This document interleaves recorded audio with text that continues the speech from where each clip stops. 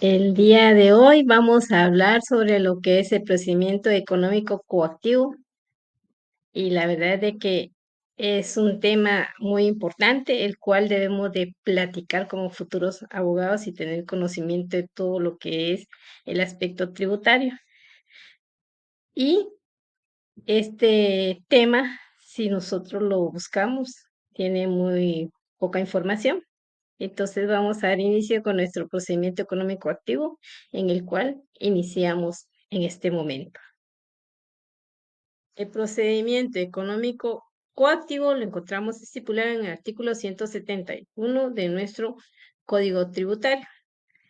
Es un medio por el cual se cobran de forma ejecutiva los adeudos tributarios. Eso quiere decir que a través de esta medida coactiva se pueden recaudar aquellos tributos que se han perdido por las deudas que no se han pagado por los contribuyentes. Este tiene que reunir ciertas características. Entre ellas está lo que es la brevedad, la oficiosidad y la especialidad.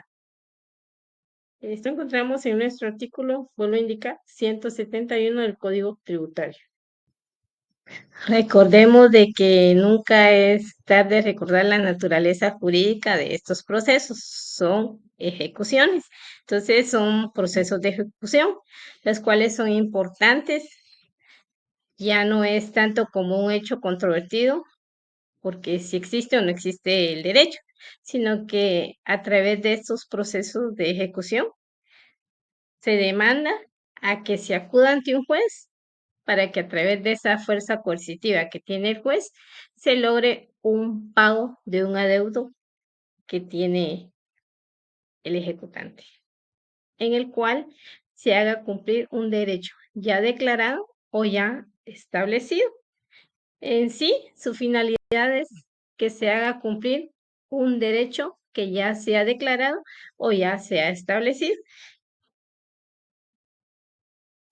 Acá quiero que nosotros tengamos muy en cuenta que en nuestro sistema jurídico tenemos dos juicios, los cuales se llaman procedimientos o juicios económicos coactivos. En sí, hay dos procesos o clases de procesos económicos coactivos. Entre ellos podemos demandar ciertas circunstancias, sino que la administración, y hay otra procedencia como tal.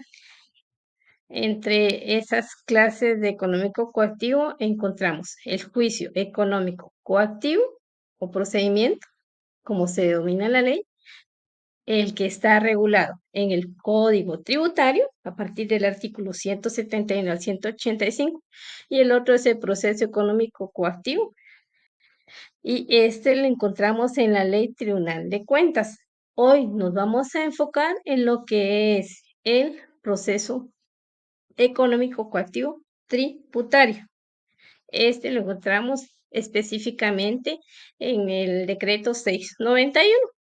Vamos a hablar un poquito de lo que es la historia, que con anterioridad en el año 1921 se había concedido cierta autonomía al Tribunal de Cuentas en el decreto legislativo 1127, pero sigue siendo un órgano de administración con funciones fiscalizadoras. Y es hasta en el año 1991, perdón, llega lo que es nuestro código tributario para realizar este proceso. Continuando con nuestro desarrollo del tema de proceso económico coactivo, nos pueden realizar la siguiente cuestionante. ¿Cuál es el fundamento legal del proceso económico coactivo? Ya lo hemos estado indicando, lo encontramos en el Código Tributario a partir del artículo 171 al 185, en su capítulo 4, procedimiento económico coactivo.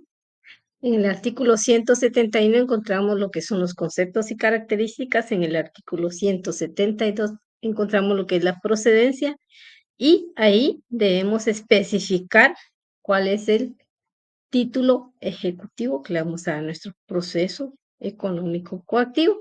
Seguidamente está el artículo 173, los requisitos. En la sección segunda, procedimiento, encontramos el artículo 174, lo que es la iniciación del procedimiento y audiencia. Ese artículo tiene dos subartículos, el A y el B. El 174A hace referencia a lo que es la utilización de sistemas o medios de comunicación. El 174B habla sobre los plazos para resolver. El artículo 175 habla sobre lo que es la incomparecencia del ejecutado. El artículo 176, oposición del ejecutado. El artículo 177, excepciones en cualquier estado del proceso. En la sección tercera, terceras y costas, está el artículo 179, clases y trámite. El 180, la oportunidad. El artículo 181, en su epígrafe encontramos la suspensión del trámite. En el artículo 182 habla sobre las costas y en la sección cuarta encontramos lo que son los recursos. Está en el artículo 183, los recursos. En el proceso económico coactivo no procede el recurso de casación y esto lo encontramos tipificado en el artículo 220 de nuestra Constitución Política de la República de Guatemala en su segundo párrafo.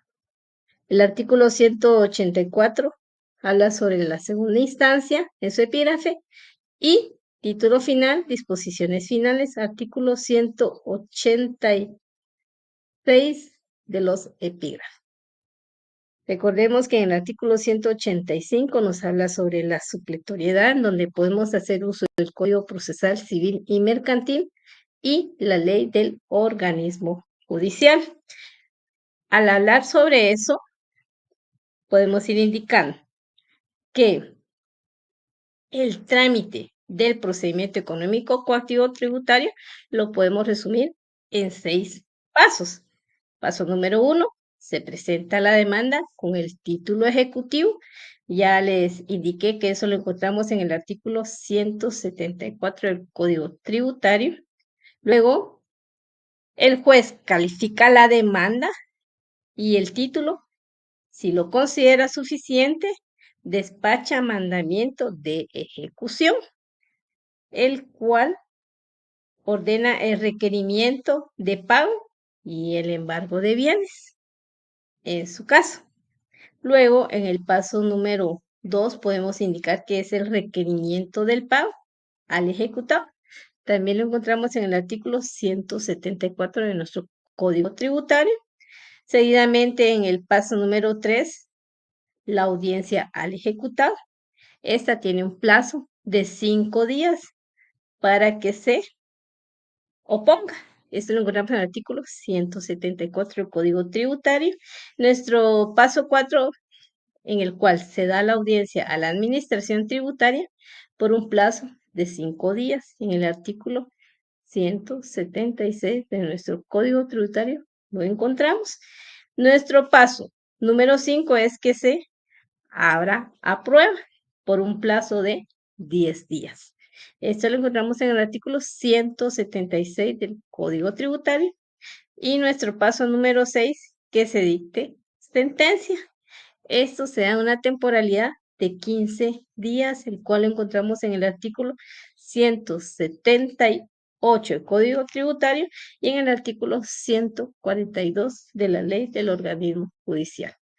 Muchas gracias por su atención. Continúa nuestro siguiente integrante del grupo. Gracias. Muy bueno, compañeros. Vamos a proceder con lo que es el origen y la evolución histórica de lo que es el procedimiento económico coactivo. Para presentarlo o explicar de una forma breve, vamos a hacerlo con una línea de tiempo. Empezamos con el 5 de julio de 1832. Esto se remota a los tiempos de la colonia, ¿verdad? Cuando el sistema utilizaron para la extracción de impuestos o para el cobro de impuestos de parte del Estado era con penas como la prisión corporal, ahí sí que algunas penas que pues jueces en ese tiempo, ellos imponían a las personas pues que no pagaban impuestos. Eso se remonta en el año 1832. el gobierno federal disponía, perdón, el gobierno general disponía lo que los jueces les dictaran para poder recaudar todos los impuestos contra los deudores de lo que era en ese tiempo Hacienda Pública, ¿verdad? Luego vamos un poco más adelante, en 1837, tenemos que el 27 de febrero es cuando se empiezan a ejecutar condenas o sentencias como tal de los juicios de cuentas, ¿verdad? Se crea el decreto del 27 de febrero de 1837, ¿verdad? Que organiza la administración de la Hacienda Federal. Ya hay como tal una organización que está dispuesta o predilecta para el cobro de impuestos, ¿verdad? Estableciéndose en el inciso 5 del artículo 37 del decreto de ese año que la obligación de la Contraloría Mayor era ejecutar las sentencias de cuentas, ¿verdad? Luego nos vamos un poco más adelante ese mismo año, el 17 de abril de 1837, se faculta al juzgado de Hacienda Pública. Quiere decir que hay un juzgado que le da persecución y que conocía las causas criminales por delitos contra el fisco o delitos contra la recaudación de impuestos, ¿verdad?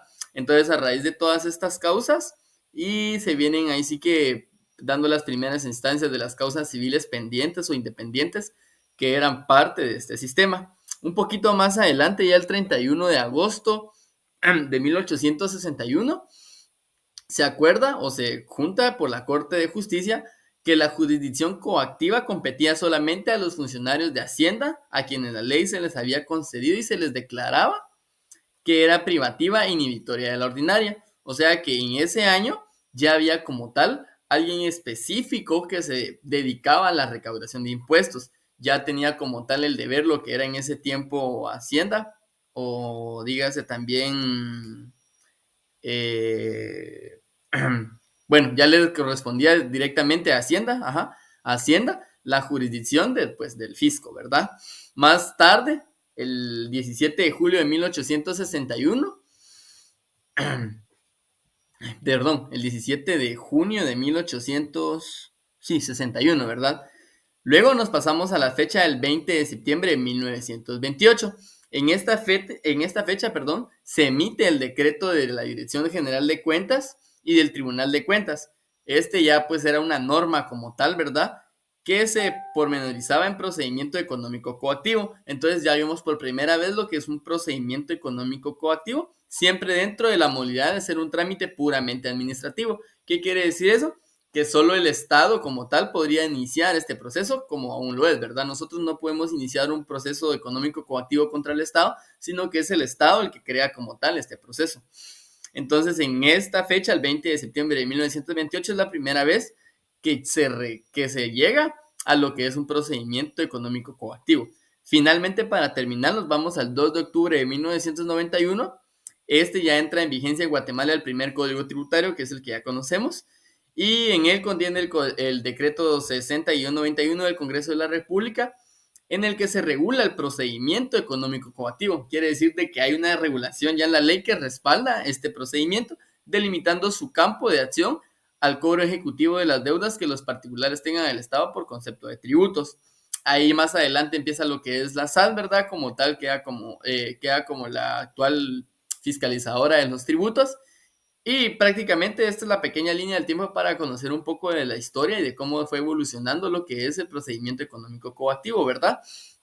Vamos a empezar ahora con lo que es el concepto. Entonces, en el Código Tributario, en el artículo 171 del 185, nos da primero un breve concepto de lo que es el procedimiento económico coactivo, ¿verdad? Nos dice el artículo 171 que es el procedimiento económico coactivo, es un medio por el cual se cobran en forma ejecutiva los adeudos tributarios. Es una, pues ahí sí que una definición específica y vaga. Entonces, prácticamente el procedimiento económico coactivo que está regulado en el Código Tributario en Guatemala es un procedimiento primero puramente administrativo, ¿verdad? Quiere decir que solo el Estado puede iniciarlo, que tiene el simple objeto del cobro de deudas tributarias. Este procedimiento es competencia o le corresponde entablarlo a la SAT, que es la Superintendencia de Administración Tributaria, que es el organismo público encargado de la recaudación tributaria. El procedimiento económico coactivo se inicia con el requerimiento primero de pago, ¿verdad? O sea, el deudor pues tiene que tener un requerimiento de que tenga que pagar, en este caso, los impuestos. Luego de esto, ya que es un acto administrativo, se le ordena directamente al deudor el pago de la deuda. Si el deudor no quiere pagar, puede impugnar el requerimiento de pago. Quiere decir que mediante un recurso de oposición, que vamos a ver más adelante los recursos, puede venir y plantear el recurso de oposición, y si es desfavorable al deudor, el procedimiento económico coactivo continúa. Si en dado caso el procedimiento de oposición se da, pues el procedimiento pues hasta llegaría, ¿verdad? Si el deudor no cumple con el requisito de pago de la SAT, puede iniciar la ejecución forzada de la deuda. Quiere decir que la SAT como tal requiere la deuda sí o sí. Cuando se inicia una ejecución forzada de la deuda, puede consistir pues en bastantes cosas. Puede consistir en el embargo de bienes del deudor, el secuestro de bienes o la retención de ingresos en todo caso. Para que un procedimiento económico coactivo o una deuda pueda ser objeto del procedimiento, pues tiene unos requisitos, ¿verdad? Primero tiene que ser que la deuda sea líquida, exigible y de plazo vencido. Como para los impuestos, por ejemplo, podemos poner el impuesto de la circulación de vehículos, pues sabemos que tenemos una fecha límite para pagarla, si no se nos dan pues sanciones. Entonces, para que la deuda pues tenga objeto o sea requerida para darle inicio al procedimiento económico coactivo, primero tiene que estar en un plazo vencido. El plazo pues que teníamos para pagar la deuda tiene que estar vencido, la deuda tiene que ser líquida. También la deuda tiene que ser de naturaleza tributaria. Solo tributos son los que dan el inicio a este procedimiento económico coactivo, no una deuda como tal del Estado, sino que solamente tributaria, o sea, tributos. Y que la deuda haya sido determinada en un acto administrativo firme. Esos son los 3 requisitos para que el procedimiento económico coactivo pues se pueda regir. Y prácticamente este es el concepto.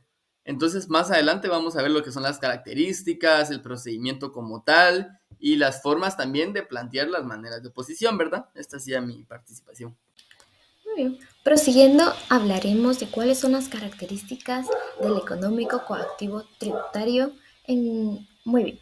En la legislación guatemalteca, en el Código Tributario, que este sería el decreto 6-91, específicamente en su artículo 71, podemos citar que regula lo siguiente. Tiene como características propias el de brevedad, oficiosidad y especialidad. Ok, muy bien. Ahora vamos a definir cada una de estas características. ¿A qué se refiere la característica de brevedad? Porque este mismo se caracteriza por ser breve, o sea, que pretende ser muy rápido en su trámite y también pues se tiene que tomar en cuenta que tiene un periodo de prueba muy corto. Y también pues como se platicó pues en un principio, tiene limitados los recursos, incluso el de casación, que por mandato constitucional es inadmisible. Lo cual creo que esta es una de las características más importantes.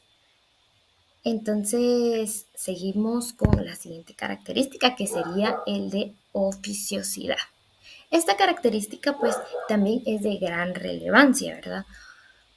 Porque esta debe ser impulsada en su tramitación de oficio. Ok, lo cual quiere decir que una vez iniciado el procedimiento, el juez debe de tramitar su marcha sin necesidad que las partes se lo pidan, ¿verdad?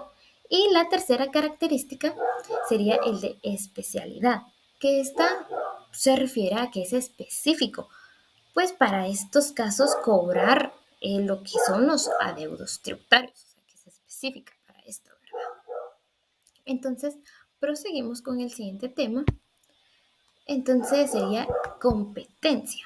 Vamos a dar una breve lectura de esto. Respecto al órgano jurisdiccional en el proceso, la competencia aludirá a la aptitud legal que tiene un órgano del Estado para ejercer derechos y cumplir obligaciones. Muy bien, a un costado tenemos citado el artículo 184, primer párrafo del decreto 6-91 y también el artículo 45, 48 y 52 del decreto 1126. Muy bien. Como nos podemos dar cuenta, pues el proceso económico coactivo pues son un poco los artículos que regulan este procedimiento. Entonces, como tal, la competencia pues no está regulada en estos artículos. Lo único que sí está regulado sería el artículo 184 que vamos a dar lectura a continuación. Segunda instancia. De las apelaciones conocerá el Tribunal de Segunda Instancia de Cuentas. Interpuesto el recurso de apelación, el Tribunal de Primer Grado lo conocerá si fuera procedente y elevará los autos al Tribunal Superior. Entonces acá pues regula lo que es quién conoce pues este recurso de apelación, que los conocerá pues el Tribunal de Segunda Instancia, ¿verdad? De Cuentas. Entonces en materia económica coactiva únicamente aparece regulado pues esta segunda instancia, ¿verdad?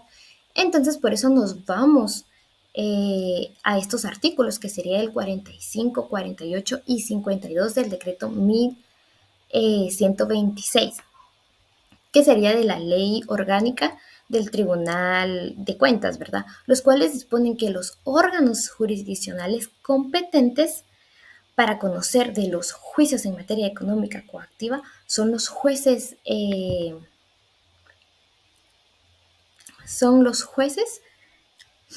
de lo económico coactivo que conocen en primera instancia y en el departamento de Guatemala, ¿verdad? Y los jueces de primera instancia, pues de los demás departamentos.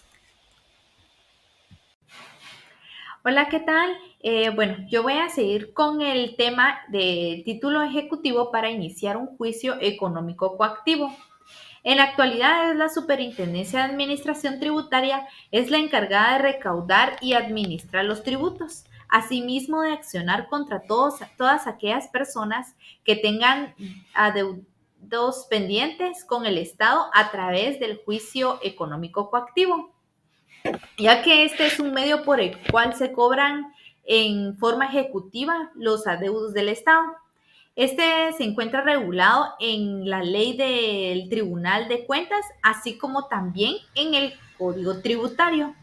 En ambos casos, el demandante puede solicitar a los tribunales las medidas precautorias para asegurar las resultas del juicio.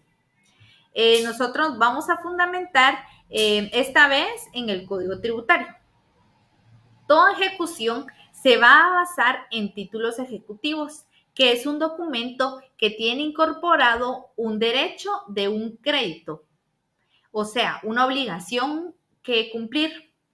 En el económico coactivo, la persona demandante, que normalmente va a ser la administración tributaria, va a tener que presentar conjuntamente su demanda con su título ejecutivo.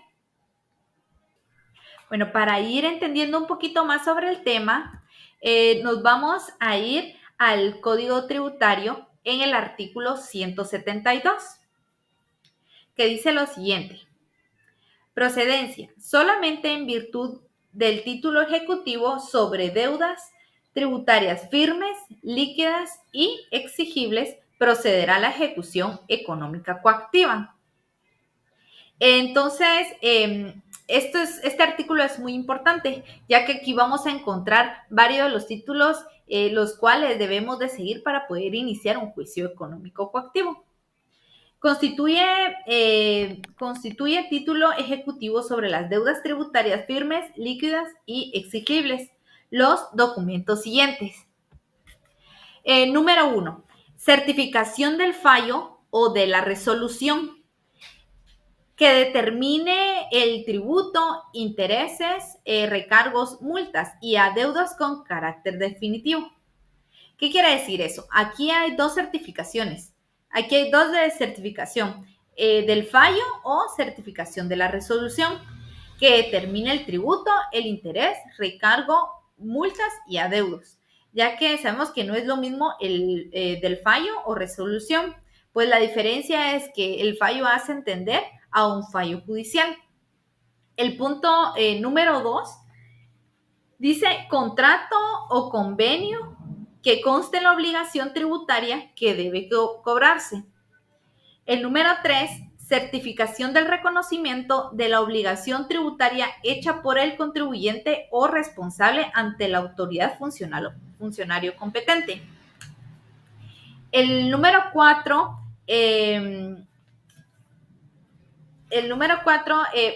póliza que contenga fianza en la que garantice el pago de adeudos tributarios o derechos arancelarios a favor de la administración tributaria. El número 5, la certificación del saldo deudor de cuenta corriente tributaria, obligaciones líquidas y exigibles. Y el punto número 6, otros documentos en que conste deudas tributarias que por disposiciones legales tengan fuerza ejecutiva. Esto es lo que nos indica el artículo 172 del Código Tributario. Pero para tener una mejor explicación, podemos guiarnos en los primeros tres puntos, que son los que podemos observar en la pantalla. Aparte de eso, nos indica que podrá también iniciarse el procedimiento económico coactivo para reclamar el pago de fianza con las que se hubiera garantizado el pago de adeudos tributarios o derechos arancelarios constituidos a favor de la administración tributaria. Ahora vamos a hablar sobre el trámite del procedimiento económico coactivo tributario. Entonces nos vamos a ubicar en el artículo 174 del Código Tributario. En este artículo vamos a encontrar varios pasos que se deben de seguir para este procedimiento.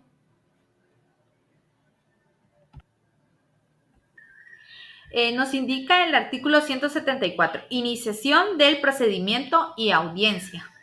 Promovido el juicio ejecutivo, el juez calificará el título en el que se funde y si lo considere suficiente la cantidad que se reclama fuere líquida y exigible, despachará el mandamiento de ejecución y ordenará el requerimiento de pago al obligado y el embargo de bienes, en su caso. Entonces, vamos a iniciar. Son 6 pasos los cuales se deben de seguir. El paso número 1 dice, se presenta la demanda con el título ejecutivo. Era lo que les estaba diciendo anteriormente, que lo podemos encontrar en el artículo 174 del Código Tributario. Entonces dice, el juez califica la demanda y el título. Si lo considera suficiente, despacha mandamiento de ejecución ordenando el requerimiento del pago y el embargo de bienes en su caso. El paso número 2 nos indica que se hace el requerimiento del pago al ejecutado. Eso también lo encontramos en el artículo 174.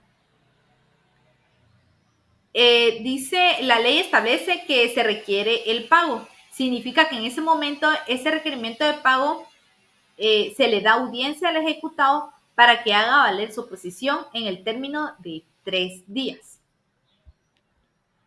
En el paso número 3 dice requerido se da audiencia al ejecutado. También lo encontramos en el artículo 174. Por eso decía al inicio que este artículo era muy importante, ya que ahí vamos a encontrar varios de los pasos que debemos de seguir para este procedimiento. Entonces, ya que se da la audiencia, esto nos dice el paso número 4, por un plazo de 5 días.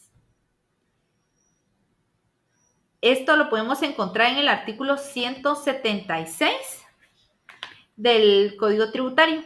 El paso 5 nos dice se abre a prueba por un plazo de 10 días. Esto también lo encontramos en el artículo 176 del Código Tributario. Y por último, el paso número 6, que se dicta sentencia por un plazo de 15 días. Esto lo podemos encontrar en el artículo 178 del Código Tributario.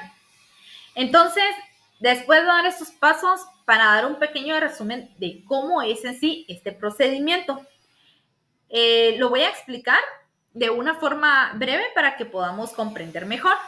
De primero es necesario presentar la demanda. Y tenemos que acompañarla con el título ejecutivo. Después el juez va a calificar la demanda y el título. o sea, los requisitos que tienen que cuadrar con los hechos, con las peticiones. Despacha y ordena el requerimiento de pago, va a ordenar y se requiere el pago o embargo de bienes en su caso.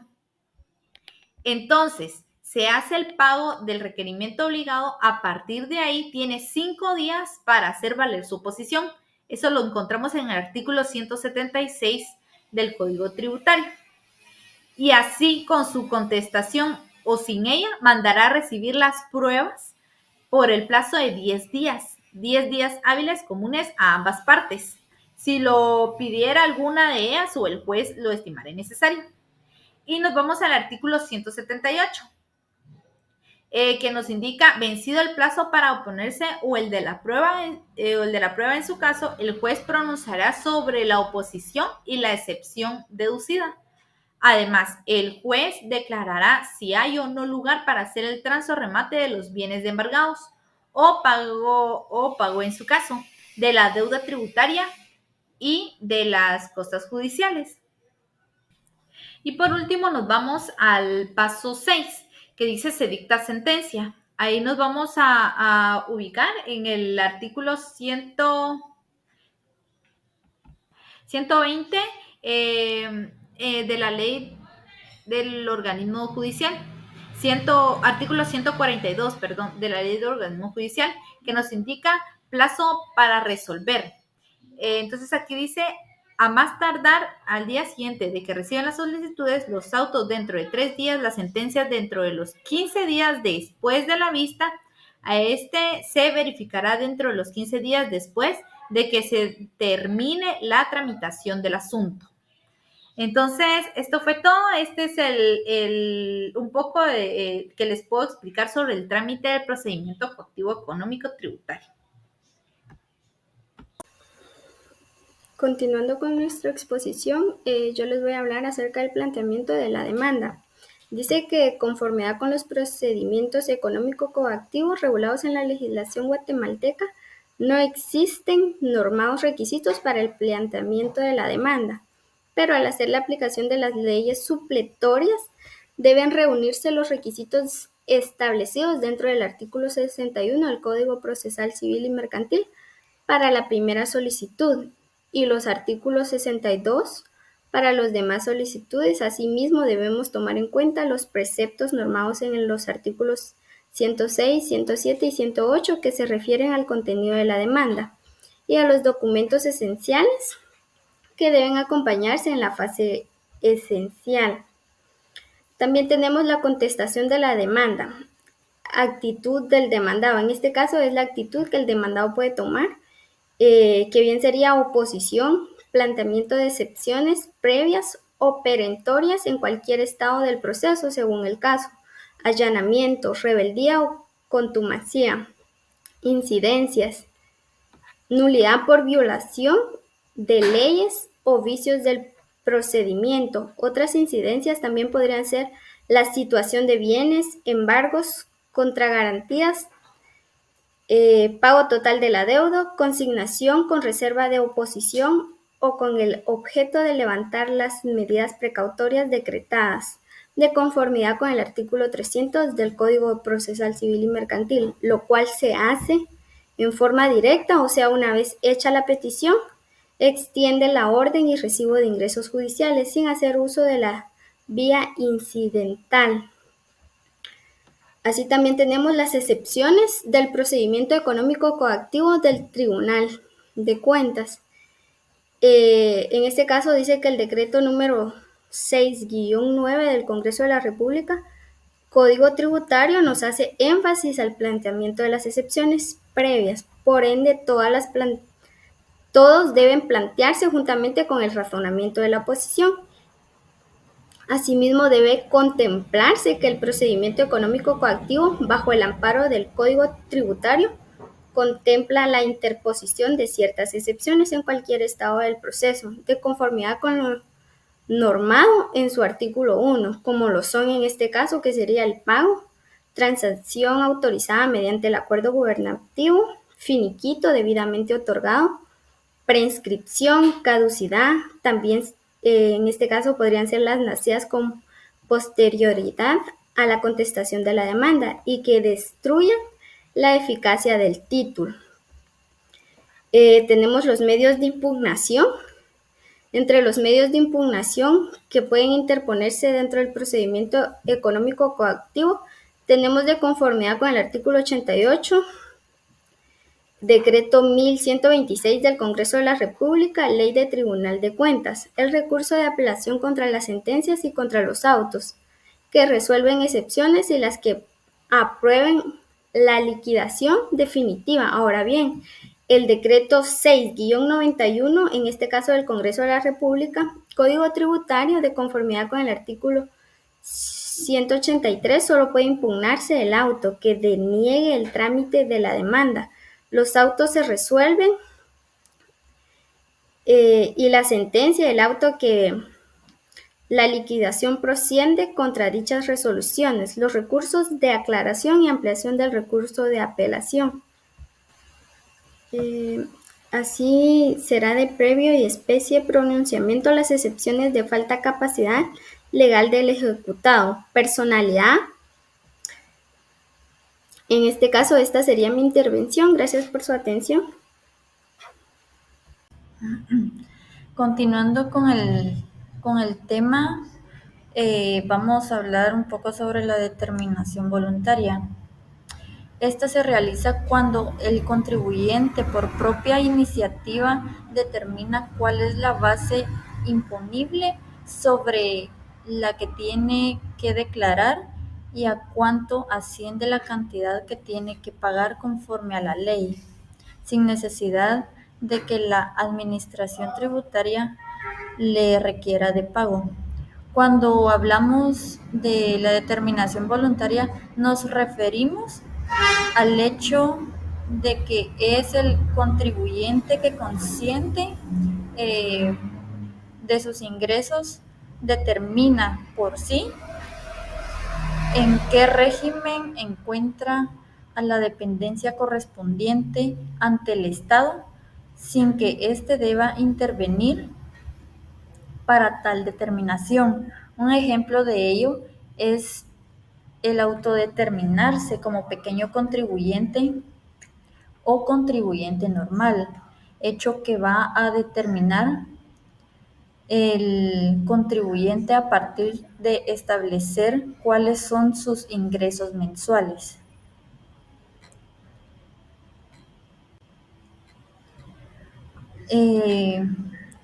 Ahora, la determinación de oficio. Si el contribuyente o responsable no declara su obligación en forma voluntaria, la misma le será determinada de oficio por la Administración Tributaria, luego de que transcurridos 30 días de haberle requerido el pago. Esto también quiere decir que, por el contrario, la determinación de oficio, si el contribuyente no determina de forma voluntaria su estatus y no hace los pagos de sus impuestos conforme la ley lo establece, transcurrido un periodo de 30 días de haber sido requerido dichos pagos, el Estado procede a intervenir y determina por él la carga tributaria que le corresponde al contribuyente, y éste debe someterse a lo resuelto por el Estado por medio de la dependencia correspondiente, so pena de caer en multas y sanciones por evasión fiscal. Ahora vamos con la determinación mixta. Esta se presenta cuando el sujeto pasivo cumple con su obligación tributaria en la que le corresponde y, por su parte, la Administración Tributaria le realiza determinados ajustes, participando ambos sujetos en forma coordinada. Esto es una mezcla de las dos anteriores. Por ejemplo, el contribuyente determina cuál es la carga impositiva a la cual el sujeto a la cual él está sujeto, y hace los pagos de acuerdo a dicha determinación. Luego de esto, el Estado le informa que ha hecho ajustes y le indica que debe de ampliar la carga impositiva, toda vez que ante la dependencia del Estado el contribuyente debe de aumentar los impuestos a pagar, es decir, que el Estado y el contribuyente de forma coordinada determinan cuánto es la carga tributaria que le corresponde, y luego esta determinación, el contribuyente procede a efectuar los pagos. En resumen de todo esto, la determinación es el acto por medio del cual el contribuyente o el Estado establecen los montos sobre los cuales se va a marcar la carga tributaria de los contribuyentes, que se indica entonces que es voluntaria, cuando el contribuyente por sí solo, sin que el Estado intervenga, determina cuál es su estatus y procede a efectuar los pagos de acuerdo a lo que la ley indique. La determinación de oficio es cuando, el contrario, el contribuyente ha incumplido o ha evadido el pago de los impuestos que le corresponden, y es el Estado el que determina la carga impositiva y le requiere el pago al contribuyente.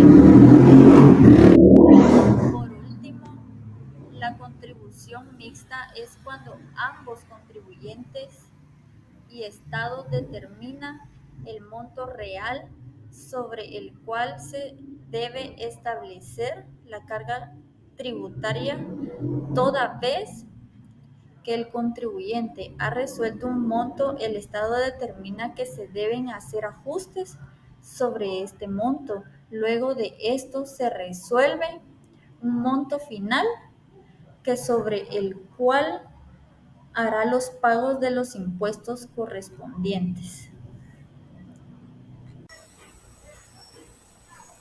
A continuación, se darán a conocer algunos conceptos que contribuirán a comprender de mejor forma lo que es el procedimiento económico coactivo del Código Tributario. Así encontramos el concepto de actividad financiera del Estado.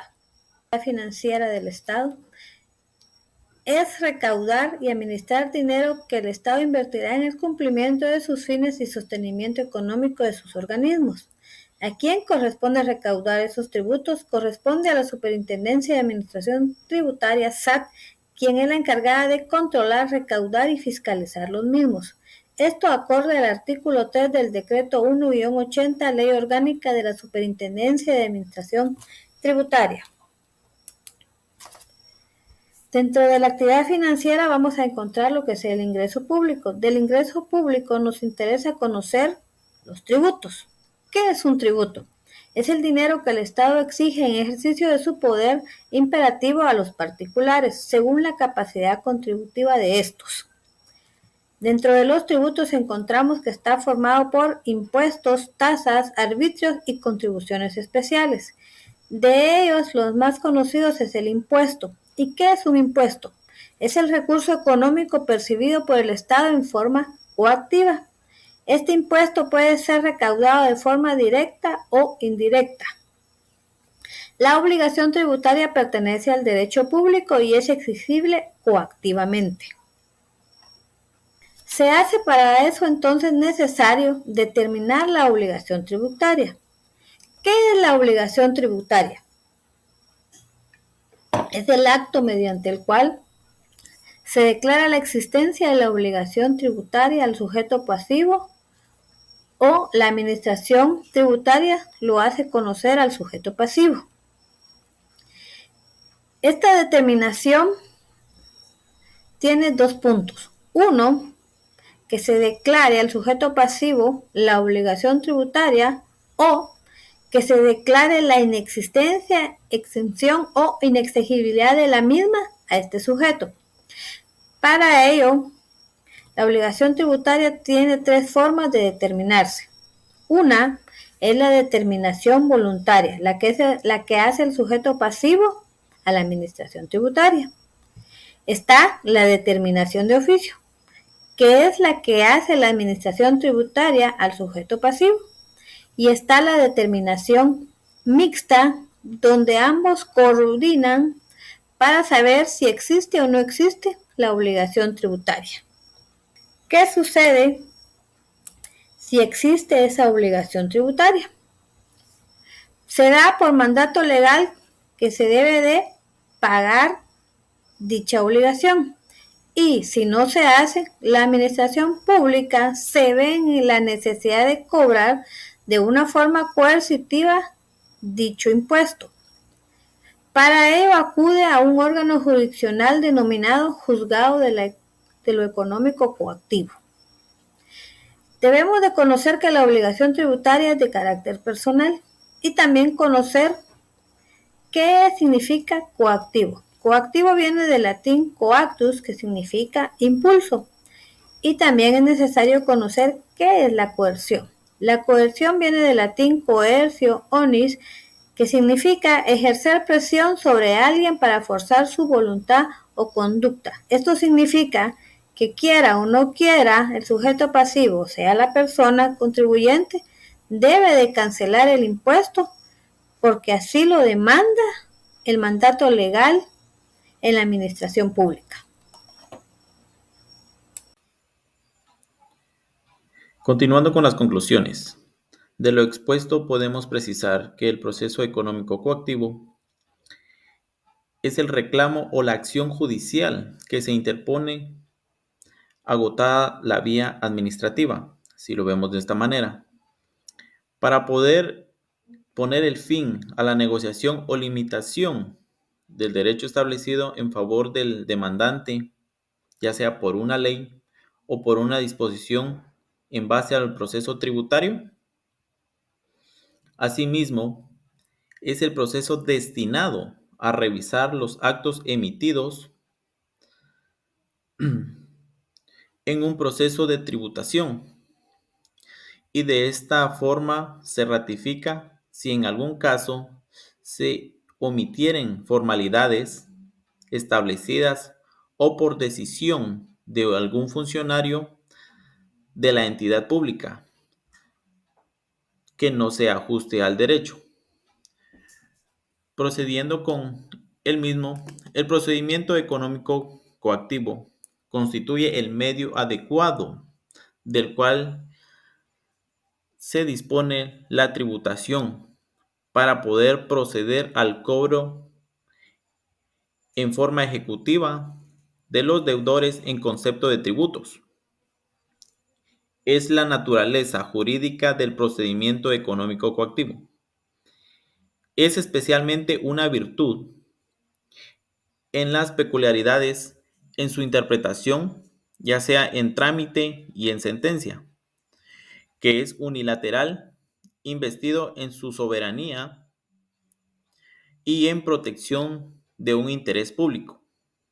Al hablar en general de todo, debemos tener en cuenta que es importante saber, conocer y poder llegar a un proceso mediante la tributación o en base al código tributario. De esta forma podemos aclarar dudas de incluso cuántos impuestos se deben manejar, cuánto se debe cancelar y cuándo ya uno está solvente en todo el proceso. Muchas gracias. De esta forma, damos por concluido la presentación del procedimiento económico coactivo regulado en el decreto 6-91 del Código Tributario. Muchas gracias.